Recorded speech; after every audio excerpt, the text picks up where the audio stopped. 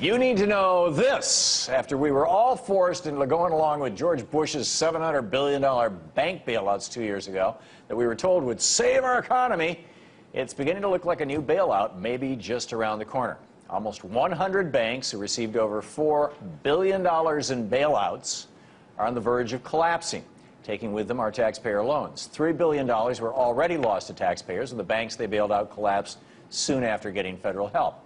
Many of these banks that are on the verge of going under aren't major institutions, but regional, smaller banks that did not have access to the $3 trillion $3,000 billion top secret free credit dollars, courtesy of the Federal Reserve, which handed it out like candy to the too big to fail banks over the last few years, and we only learned about because of Bernie Sanders' audit. Thus, if these smaller banks go, not only do taxpayers lose money, but even more of the banking market will get swallowed up by massive banks like Citigroup and Goldman Sachs. In other words, the banks that are already too big to fail will get bigger. So what will another bank crisis do to our economy? Here to offer some insights on this issue and some of the larger issues around it is Michael Hudson, president of the Institute for the Study of Long-Term Economic Trends and author of the book Super Imperialism: The Economic Strategy of American Empire. Michael, welcome. Thank you, Tom. Great to have you with us. Michael, first of all, is the failure of American banks a symptom of a larger problem that's causing other countries to decouple themselves from us, from the dollar, for example?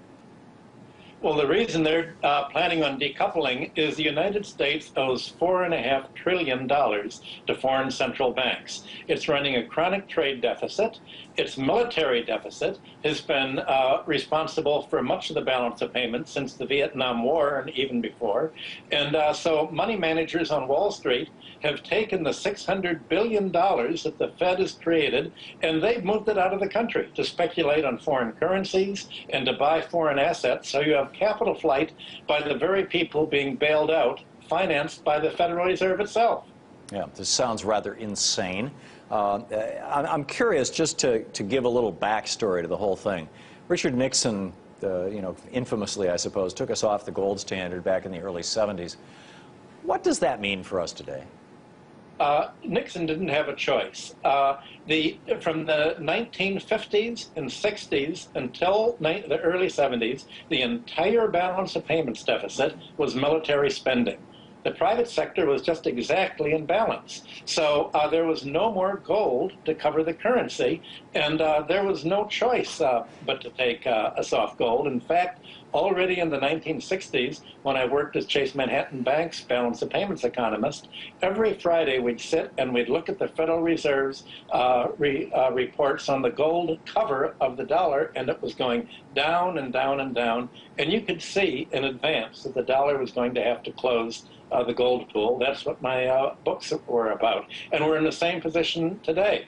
The war spending forced us off gold in 1971, and now we have been giving IOUs to foreign governments, but foreign governments are saying, what is the point of getting more treasury bonds when the U.S. government is never going to have the money to repay us? The U.S. government has sacrificed the U.S. economy and virtually destroyed its industry by bailing out the banks, leaving the debts on the books, and making the U.S. so highly indebted an economy that it's very high cost. Americans have to pay, on an average, 35 to 40% of their income for housing, mostly for mortgage costs, 15% for debt service, 12% for financial with Social Security withholding, FICA, and another 15 or 20% in taxes. So the result is that before they buy any goods and services at all, American workers have to pay the financial sector over 2/3 of their income.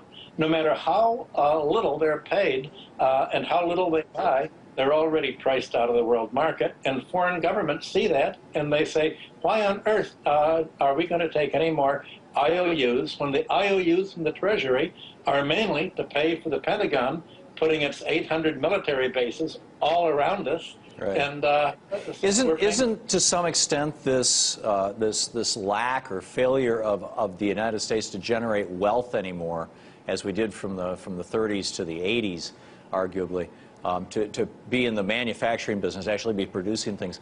Isn't to a large extent that the consequence of this libertarian conservative notion that when governments invest in infrastructure, whether it's intellectual infrastructure like, you know, in Northern European countries actually pay kids to go to college, or whether that's physical infrastructure, China and their bullet trains, South Korea with the most advanced internet system in the world, you know, that the conservative and libertarians scream, this is socialism. And so ever since Reagan, basically, we've stopped building the infrastructure that's the soil in which business grows, thus businesses fleeing. Do I have that right? Is there any reality to that?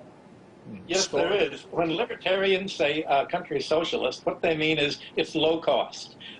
Every country that is privatized, every single industry, from railroads to roads to telephones to water, has raised the cost of privatization very substantially. For one thing, privatized industries have to borrow money and pay interest. They pay enormous executive salaries. They pay huge stock bonuses to their people and stock options. And the government doesn't have these costs. So when the libertarians say privatize the country, they mean raise the prices for education, raise the prices for Medicare, raise the prices by selling off your roads and turn them into toll roads, and they're turning the American economy into a toll booth economy. And that's just going to price us more out of the market. Assuming that we're not going to quickly get the investments that we need, the mixed economy that we see in the BRIC countries, for example, that are all growing like crazy because they are investing in infrastructure, that the Republicans will succeed in blocking this.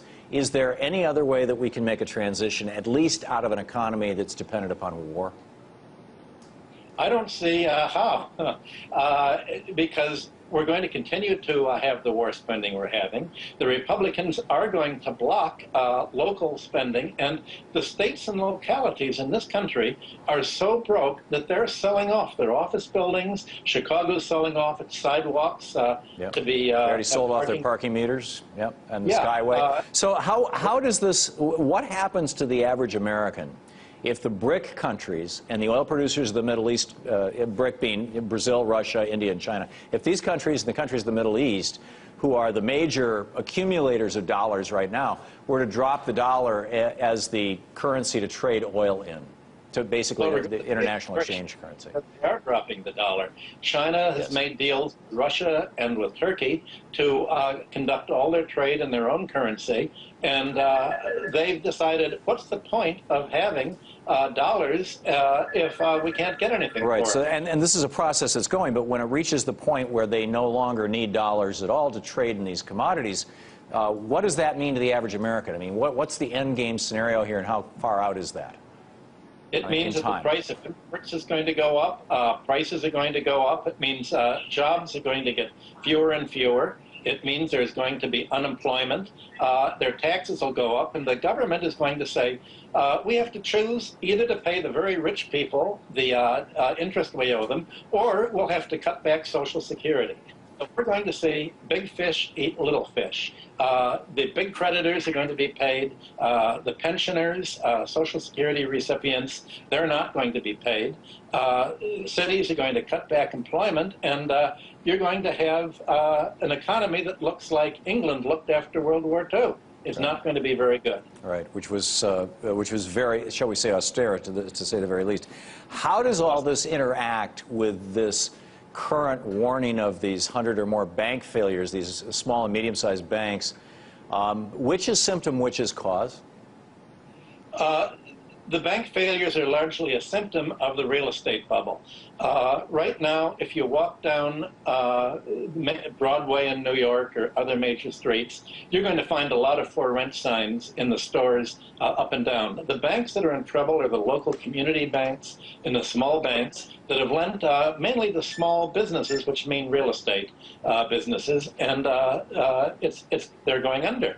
And there's no way of bailing them out under the current economic system unless you merge them all into one gigantic city bank. And the Obama administration's The principle is we want to create more banks too big to fail so that we can shed crocodile tears and say, well, we had to bail them out. That Right. seems to be the plan. Nobody has come up with any alternative. Yeah, and this seems to be, you know, Lawrence Summers' dream.